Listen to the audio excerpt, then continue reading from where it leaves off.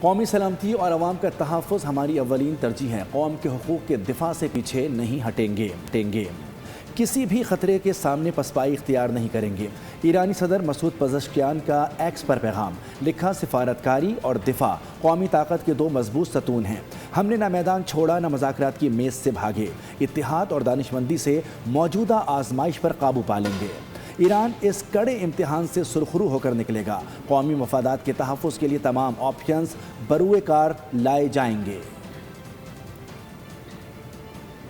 قومی سلامتی اور عوام کا تحفظ ہماری اولین ترجیح ہے۔ قوم کے حقوق کے دفاع سے پیچھے نہیں ہٹیں گے، کسی بھی خطرے کے سامنے پسپائی اختیار نہیں کریں گے۔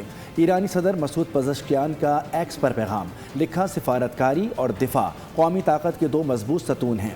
ہم نے نہ میدان چھوڑا نہ مذاکرات کی میز سے بھاگے، اتحاد اور دانشمندی سے موجودہ آزمائش پر قابو پا لیں گے۔